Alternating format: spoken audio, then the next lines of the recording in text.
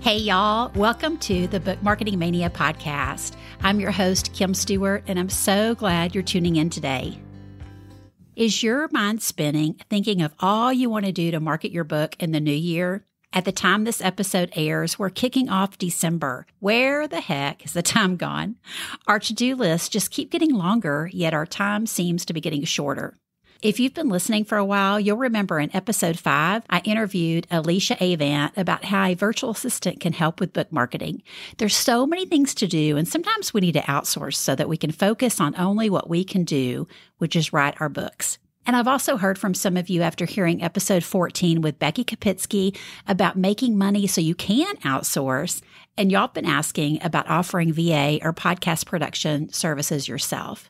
So with that in mind, I wanted to interview one of my favorite gals, Christen Krumm. Christen and I met while we were both working behind the scenes for some of our favorite authors and podcast hosts who happen to collaborate and contribute to each other's content frequently. Shout out to our faves, Ruth Schwank, Trisha Goyer, and Christy Clover, just to name a few. In addition to being a rock star VA and podcast producer, Christen is a wife and mom of 3, a fiction author, and co-host of Exploring the Blank Page podcast. So without further ado, here's my conversation with Christen. Hey, Christen, welcome to the Book Marketing Mania podcast. I am so glad you're here today. Oh, I'm so happy to be here. Okay, so our listeners heard me gush about you in the introduction, but I would love for you to share a little fun fact about yourself if they don't know you yet. Oh, sure. So my name is Christen, and I am the oldest of 4 kids and 28 grandkids. Wow. Holy Huge cow. family, So yes. you got, lots of cousins. How fun. Oh, yeah. How fun. Hey, and we did an episode all about our Enneagram numbers and how each of us can overcome our fears of book marketing. And I would just love to hear what your Enneagram number is. I am textbook 2. Textbook 2, the helper. Yes, yes. I'm a 9, the peacemaker, but I always think I'm a 2 at work, but I'm always a 9, but yeah, what a helper. That does not surprise me a bit about you as usual. Okay. So I wanted to talk to you. We had an episode about how VAs can help with your book marketing. And, you're an amazing VA that comes highly recommended. And we've worked together on several different things, just networking together with our authors that we support. And I just wanted to ask you a little bit about how you got started doing that, because I know some of our listeners might be looking for a VA, or some of them actually, like you, do some VA work too. And so I would love for our listeners just to hear kind of how you got started on that journey. Yeah, sure. So I got started about 10 years ago, and I started with a PR company called LitFuse. It's not around anymore, but I'm sure, people have heard of it. It was a great company. And at the time, my husband was a law enforcement officer, and we were needing to supplement income. And so it was just like one of those, I had been blogging for LitFuse, and I emailed her and I was like, hey, so I'm looking for a job, and I have experience with personal assisting. I want to work for you. Please hire me. And she did. She hired me, and I worked with LitFuse for about 5 years before I ended up going out on my own. And so I've been doing VA stuff on my own for about 5 years. Oh, wow. That's awesome. I do remember them because I think I was on a couple of their book launch teams, and they're amazing. I think they've done some training for the Compel membership of Proverbs 31. So I love that. And I know that's how I'd kind of gotten started as a VA too, was just reaching out to authors that we know and love and asking, how we can support them, because we know authors need lots of support. So can you kind of tell us a little bit about some of the tasks that you've done for authors? Yeah, sure. So I do a lot of website and blog management. I help with newsletters, social media, and podcast startup and management. Yeah. There's a lot of our listeners I know starting podcasts. Oh, yes. They're so fun. They're my favorite. Do you have any advice for, let's say an author wants to hire a VA? Do you have any advice for them to get started with that? I would say if you're looking for a VA, reach out to that VA and set up a meeting. And Zoom meetings are great because it's like the face-to-face without being face-to-face, but you can really get a feel for that person and see if you guys jive. Because sometimes you're going to meet somebody and it's not going to be a good fit at all. And that's perfectly fine. Mhm. But you want a VA that is going to be able to meet your needs and be able to do what you need that VA to do, to make that relationship a good relationship for both parties. Mm-hmm. That's great advice. What about from the VA standpoint? If you're a VA looking for authors to work with, do you have any tips on that? I would say don't be shy about reaching out and asking if they need any help. I mean, that's how you got your start. Mm-hmm. That's how I got my start, especially if you're just getting started out. It's great if you can reach out. Oh, hey, I see that you have a book launching. I would like to help you with your book launch. Mm-hmm. You know, maybe you do the first couple of authors that you reach out, you do some work for free just to kind of get that experience under your belt. And then, do your website, build your website, and start really offering more services. Yeah, that's a great tip, because I know that's how I started too, was like just simply volunteering, because they need so much help, right? Whether it's with their book launch team or posting on social media. I know it was a big one when I first started, was, just helping people kind of get that started. And as you do really good work for them, and they're so happy to refer you to other authors, which I know you've probably seen in your business, right? Oh, yes. Oh, yes.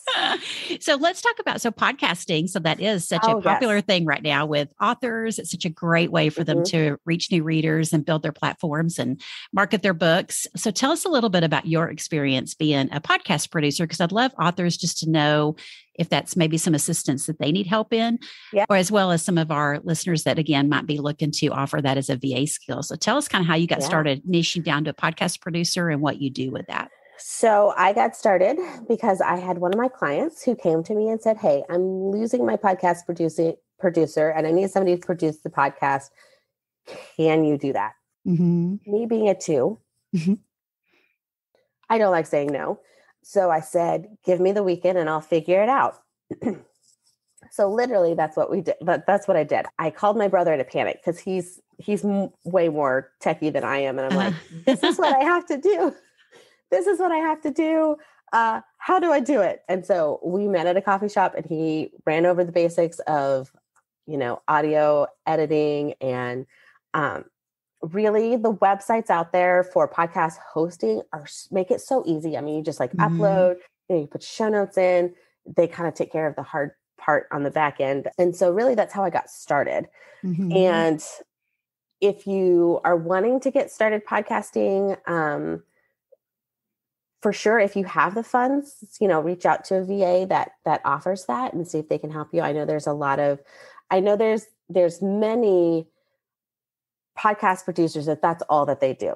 Mm-hmm. There are some VAs that have that skill that can offer that for you.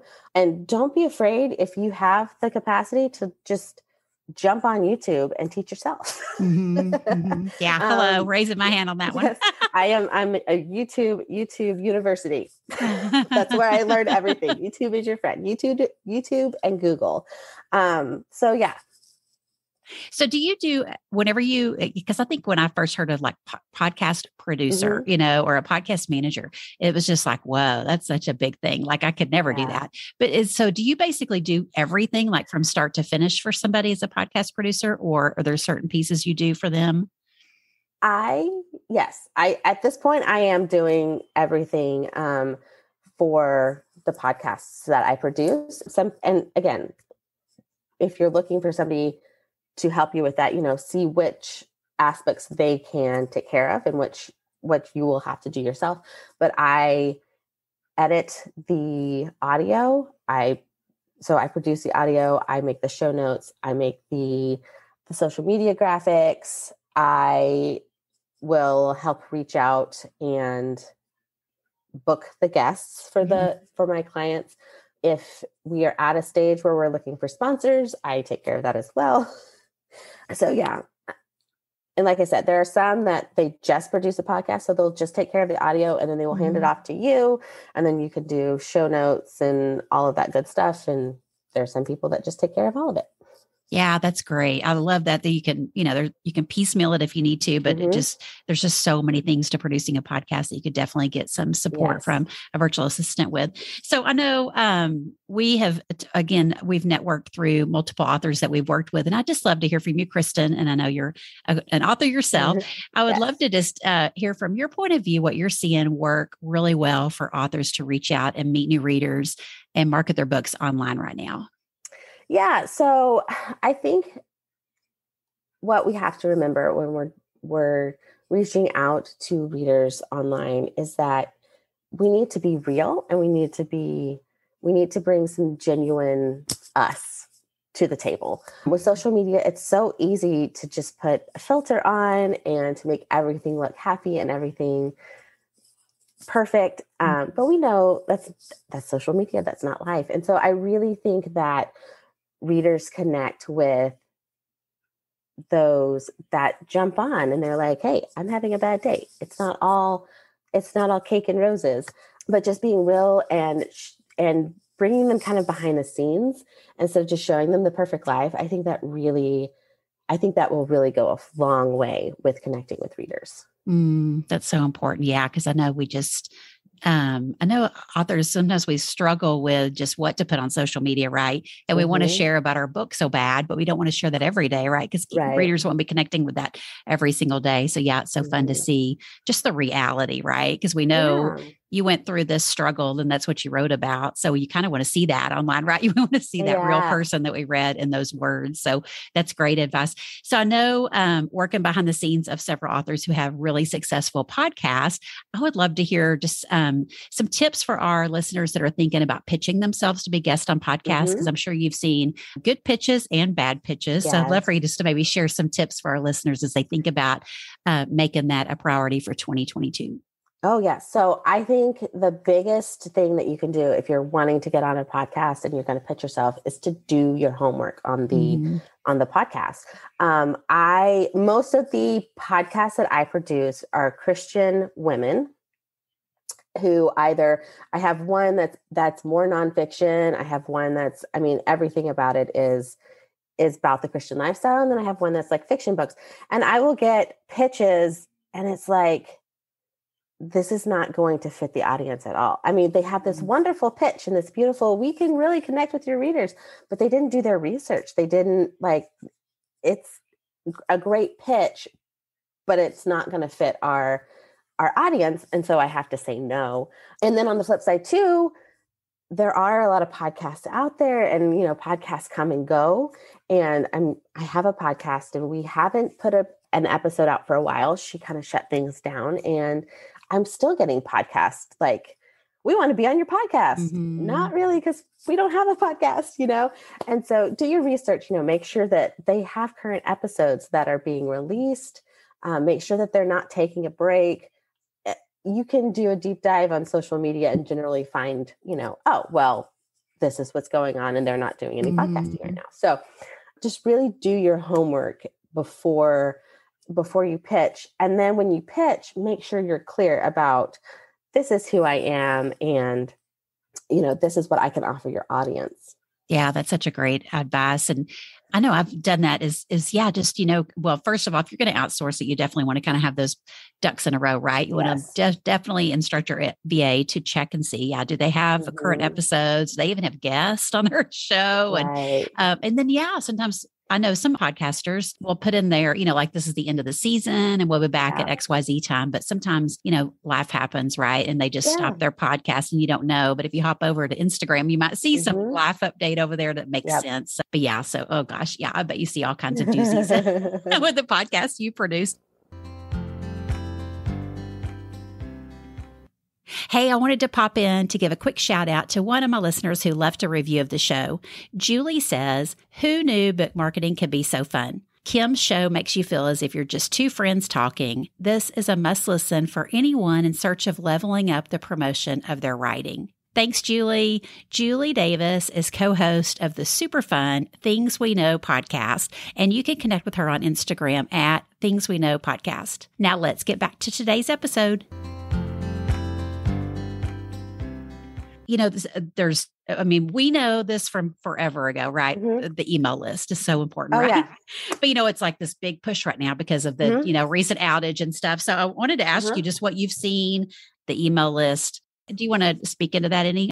So yeah, I find it extremely important to have an e-list, an email list, and start growing it.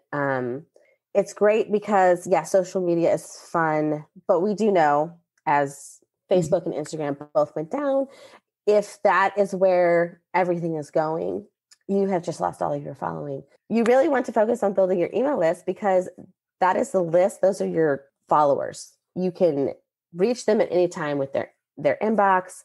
And I know that there are a lot of like tutorials on how to grow your email list. And I know authors just getting started out, they're like, well, I'm just getting started out. Don't really have books. Like, what can I do? Mm-hmm. Sit down and just brainstorm some fun things that you could offer your readers and have fun with it.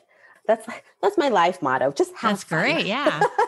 Just have fun. But yeah, there are some fun things that you can do, and growing your readers before you even have a book. I mean, that's perfect too, because then you will have those readers that are like, this person is fun and I'm going to read. I don't care if she writes something on the back of a grocery bag. I'm going to read it. So having an email list is one of the best things that you can do because you will always have those readers, and those will be your core people. Yeah, that want to support you no matter what. Mm-hmm. I'm so glad you said, especially the before you get to your book marketing, right? Because once you have that book in hand and if you start building your list, then you're really just wanting to focus on buy my book, read my book. But if you start building that list way ahead of time, they've really enjoyed the reading that you've put out and the messages and the blog post. And, you can forward them over to your social media to check things out, but you do have that connection in your inbox. And as we know from the authors that we've worked with and support, a lot of times that's how you find out, right? That they have a launch team coming up or just special things going on in their lives as an author. And definitely turns into book sales because you just love everything they're doing. So I'm always an advocate of mailing lists. And also the big one is please have a website. Oh, yes. There are so many times I remember that, we would get, especially with Lit Views, we would get, I want to market my book and I need to like grow my audience. And we would go to research these authors and we could not find them online. And that is not a great place to be, simply because everything is online, and I know that I have discovered so many authors because like somebody will recommend a book and I'll be like, oh, I haven't really heard about this person. And then I'll just go on a deep dive and I'll find their website. And then, if they have a YouTube channel or their social media, and then all of a sudden I have fallen in love with the author before I have even picked up the book. And so now I'm just going to buy whatever book they put out because I love the author so much. So always have some place online that they can go and find you and connect with you, and only going to help you in the end. I totally agree. You're right. And it's so fun to just go to their site and read about them, right? Because you don't always get to know, do they have a family? Do they have dogs? Have they written other books? And just some fun facts about them. I love that. Yeah. And a website doesn't have to be a big and scary thing. I mean, it can literally just be your headshot, your about you, if you have books out, your book list, and where they can find you online. It's just, if they Google you, you want them to have a landing page that is you. And then, because if they can't find you right off and they have to do a deep dive, and then I think this might be her social media account, but I can't tell because it's this little dot and that might be her, but I don't know. Anyway, it's just great to have a landing page. There are some great companies out there that solely help authors and they're amazing. Oh, good. Okay. Well, I'll get to get you information from you on those, and I'll put a link in the show notes because that's always what our listeners want to find out about is recommended resources from trusted resources. So that would be awesome. So I wanted to ask you any other tips that we haven't covered that you would share with authors that are just trying to meet new readers and market their message today? I would say have fun and don't try to force it. I know that there is so many different social media channels and so many different ways that you can go, and really know your audience and know where your audience is at, and really just pour into that. You don't have to be on TikTok and Instagram and Twitter and Facebook. You're going to drive yourself crazy, and nobody has time for that. You got to write books sometime. So if Instagram is your love, dive into that and stay there and feed into those readers there, or, Twitter or TikTok or Facebook, wherever your readers are at, and if that is that social media platform brings you joy, just pour into that one. If you have fun with it, do it. If you don't have fun with it, don't do it, because it's just going to give you a headache and you're just not going to enjoy it. It's not going to be fun. Yeah, that's such great advice. It's so true, right? I mean, we gotta keep doing it. And, I love the thought that we're just going to keep marketing our books as long as we want to sell them right. And if we just wear ourselves out with something we don't like doing, it's not going to be any fun. And our readers and followers are definitely going to pick up on that. So have fun and focus on one. I love that tip. Well, great. This has been amazing. Christen, are you sharing your advice? Can you share where the best place is for our listeners to connect with you? Well, my website is christenkrumm.com. I blog over there. I try to keep stuff up there. And then Instagram. Instagram is my favorite. And so I love connecting with readers and people on Instagram. So, oh, good. Yay. Well, I'll definitely put links to those in the show notes. Well, thank you so much. I appreciate you serving our listeners, Christen. Thank you for having me. I had so much fun.